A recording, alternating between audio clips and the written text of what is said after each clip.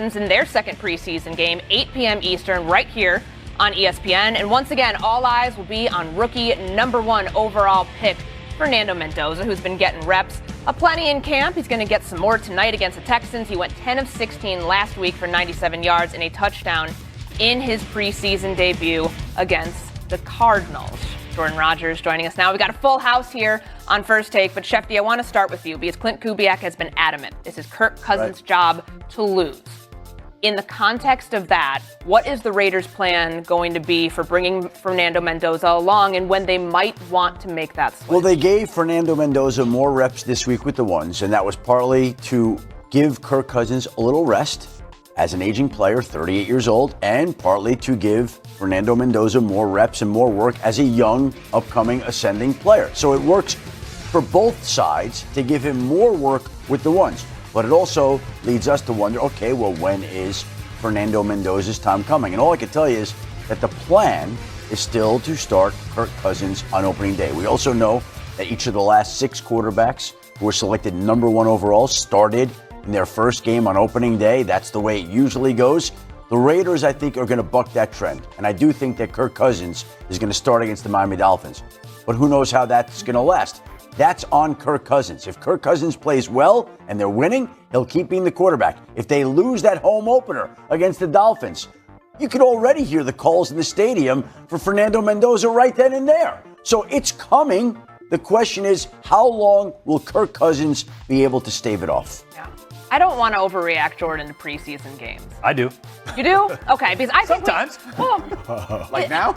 Like now. I don't think there's anything that Fernando Mendoza can do tonight that's going to lead you to believe that it's going to be any different than what Shefty just pointed out, that Kirk Cousins will start week 1, and then we'll see. But as a former quarterback, walk me through this process with what you are actually looking for from a young player in the preseason. What do you need to see from him tonight against this Texans defense to know that he's making the right strides? Yeah, I mean, to your point, I could care less about stats. I could care less about big plays. What I'm watching is process. When you watch Fernando Mendoza, in the small sample size that we had, his decision-making was laser fast, doing things that he wasn't asked to do in college, under center, play action, coming up one hitch, hitting it in between 3 different defenders.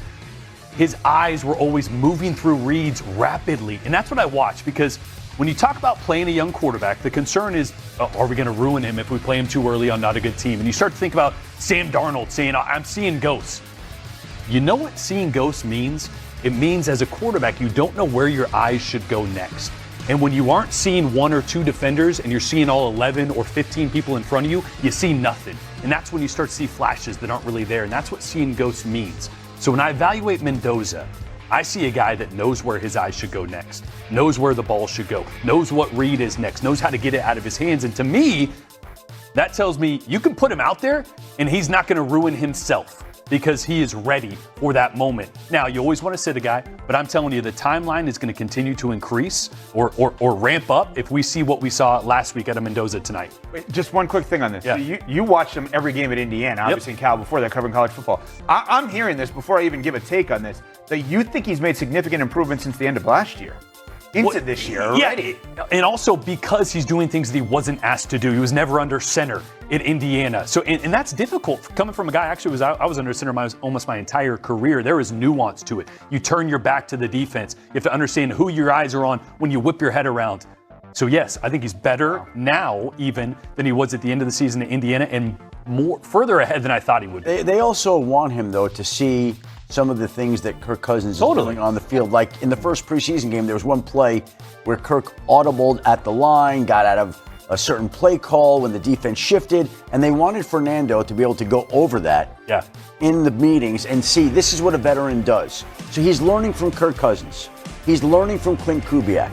They're just bringing him along, feeding him every single day, and he's eating it up because that's the kind of guy he is, and they do love him as a guy. He is beloved already in that organization. I would love to interview him every day. He is so fun at the podium. He's insightful. He looks like he enjoys it, but I mean this in the most respectful way possible. Kirk Cousins is one of the best game managers currently playing in the NFL. Myron, if Fernando Mendoza can do what Adam just said, like learn about that moment. How did Kirk audible at the line? What did he see? How did he kill the play? Do all of those things, then that with the processing and everything else, feels like the path for him to get on the field quicker. Yeah, I mean, he can learn from Kirk Cousins in multiple ways, right? I mean, he can learn from him watching him on the field. He can also learn from him as a mentor. I think to Jordan's point, if you tell me that Fernando Mendoza is the game manager that we saw at Indiana, the guy we saw in the preseason game, and I think here's the key. You've got a bunch of young pieces on that Raiders team. You're talking about chemistry, not just this year, but in the years ahead. So if you get a head start on developing that bond with this group of young guys, maybe that gives you more reason to start Fernando Mendoza at some point this season. I think the Raiders should have a clear-cut path as to what a dream scenario is. That Kirk Cousins is good enough to hold off Mendoza, and the team is bad enough to get Jeremiah Smith out of Ohio State. That's the path. I know there's a bunch of Michigan men running that team, but they have to take an Ohio State guy as the best wide receiver in the country. Be Kirk Cousins good enough to hold off Mendoza, and I'm saying 17 games, and the team is bad enough to get Jeremiah Smith. It's not about this year. But if they're bad enough to get Smith, that fan base is going to be rabid to get Mendoza out there. That's the problem. Like, if you win a little bit or you're just okay, you buy some patience. If not, patience is going to run out really quickly. Here's the thing. Yeah. You cannot get better as a young quarterback not playing. Now, on the other hand, sitting and learning is valuable. It helps you get ready to play, but you cannot be a good player without playing. So if he's ready to play, it shouldn't matter what the record is, shouldn't matter how well Kirk Cousins is playing. As soon as Mendoza and that coaching staff feels he's ready, put him on the field. I would just add, this is the secret weapon they have that no one else has. They have the greatest of all time. One press conference all year, Tom Brady sits up there and says, I know the fans want to see Mendoza. They will. I never played my first year. He's not playing this year. We're waiting. Next. Won't happen that way. Okay, It's great for teams to say that. All those teams that started quarterbacks on day one, they all said, we're going to be patient. We're not going to rush them. And then on opening day, the guys started. There is no plan, Adam, and that's not a plan. That's just a reaction. No, they have a plan. It's just that, the calls for the number one overall pick will get a lot louder, like the meme of the saxophone getting louder. Yes, sure. That'll, everybody has a plan until they get punched in the face or until the quarterback that's starting isn't what they expected him to be. All right, so that's not really a quarterback. ESPN, Raiders, and Texans. But there's a bunch of different things people should be watching for. Let's talk about the Steelers, Shefty. What are their plans at quarterback? Well, they're going to play the two young quarterbacks, Will Howard and Drew Aller. Aaron Rodgers, Mason Rudolph will not play. They have four quarterbacks. Obviously, they could wind up dealing one of them. They have to figure out which ones they're going to keep. And Drew Aller flashed in the preseason the first week and looked very impressive. They want to see if he can keep that up and continue to look strong. That's what I want to ask both my quarterbacks here, because every year I don't learn my lesson. Every year I see things happen in the preseason and I get super excited about them, and then they amount to nothing, and I say, you know what, I'm never going to do that again. How big a deal should people make of how good Drew Aller looked in that first preseason? I think it's a big deal just because of what we saw in college and how far that was removed from how talented he was. The production wasn't there, the decision-making, the mechanics, all that looks so much better. And I know it's preseason, but I actually think Will Howard and Drew Aller are pushing to both be on this roster. I think depending on how they play, maybe Mason Rudolph is the one that goes. If they feel one of those guys can be a stopgap if Rodgers goes down with an injury, or be the future, obviously, at some point. Tim, quickly, what do you think? Yeah, listen, preseason games don't count, but they matter. And they really matter for young quarterbacks. The ideal situation for young quarterbacks is go to these situations where you have veterans like Aaron Rodgers that aren't going to play, and you get this opportunity. And I think that, sometimes that unlocks it.